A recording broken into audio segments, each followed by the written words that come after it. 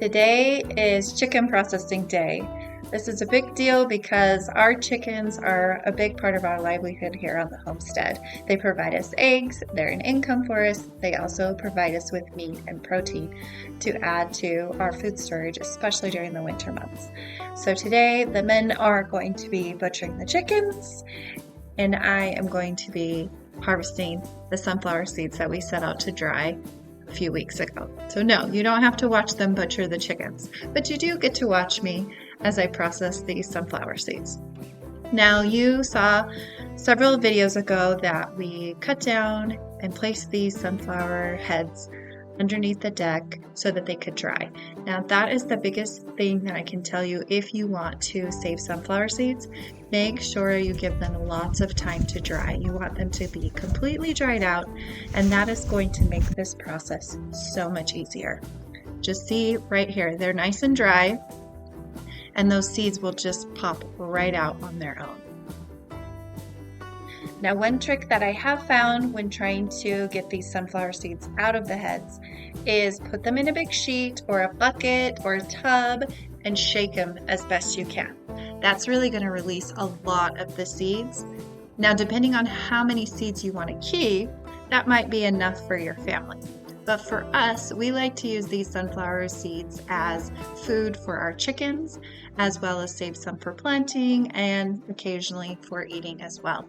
So one of the tricks is to actually rub the sunflower heads together when they're dry, and that will actually help release those seeds.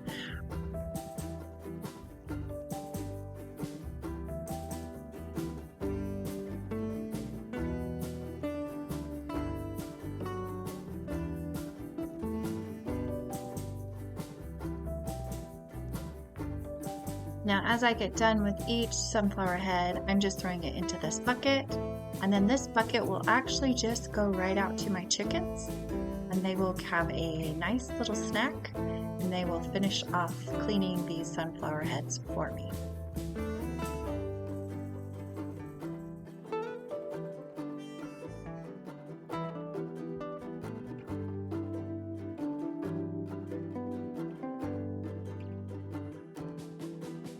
Now comes the fun part. I'm just going to take this sheet and I'm literally going to pour all of those seeds out of the sheet right into this bucket. This is thousands and thousands of sunflower seeds, all different types, all different varieties, and they're perfect for feeding to the chickens or saving for seed for next year or whatever you want to use them for.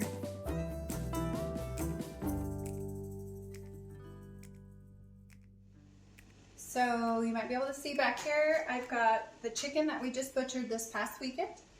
It's been sitting in the refrigerator for a couple of days.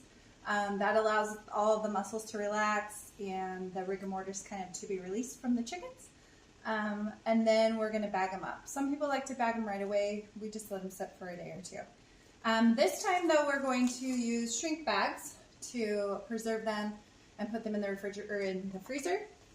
And this is the first time we've ever used shrink bags, so I kind of just wanted to show you the process and how it works for us, and if we like it, then maybe you can try it for yours. It comes with some bags, some zip ties, and then a couple rubber tubes that you'll put inside to help release the air from the bags as you're shrinking them down. So we're going to go ahead and try it and see how it goes.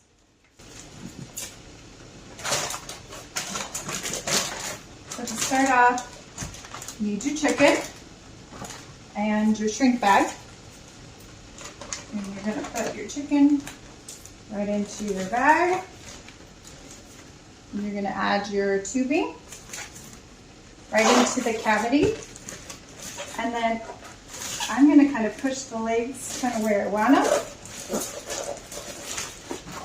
And then push out a little bit of the air. It doesn't have to work quite so hard.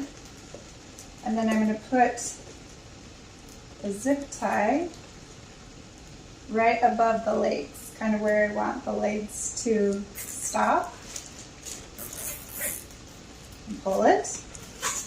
Kind of looks like that. Now this tube is going to let the water out, or the air out, excuse me, while it's in the water. So you can kind of hear some of the air releasing while it's in there.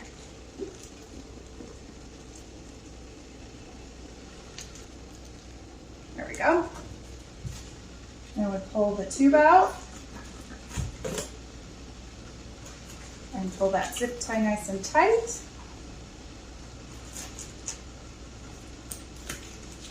And cut the extras. There it is.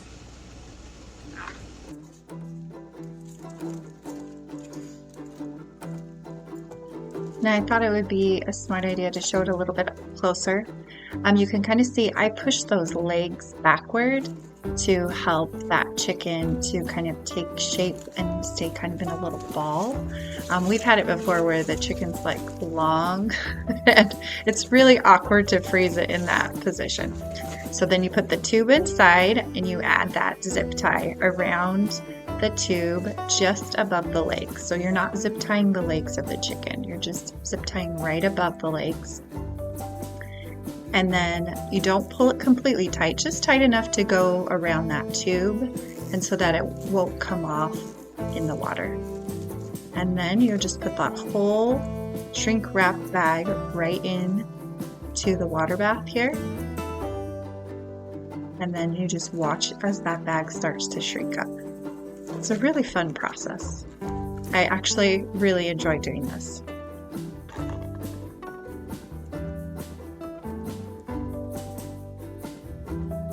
And there you go. There's that shrink wrap chicken. Pull that tube out and that will help release any extra air that might be in there. Pull your zip tie tight and then trim everything down. And then you've got a pile of chickens all ready to go in the freezer. Now, the most important thing when it comes to homesteading and preserving food is making sure that you label your food. Whether you label right on the packaging, whether you make a sticker, whether you put a tie on it, doesn't matter, but make sure you label what it is, when it was processed. And I also, for these chickens, I actually put them on my scale so that I knew how big they were. And that'll help me down the line as I'm making recipes to know how much meat I might get off that chicken. And then it's time to just put them right into the freezer. They already sat in the fridge for a couple days. Now they've been processed and they're ready to freeze.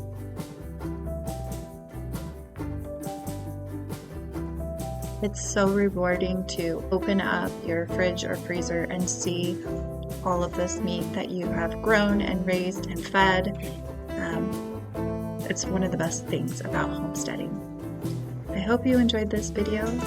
We'll see you guys in the next one.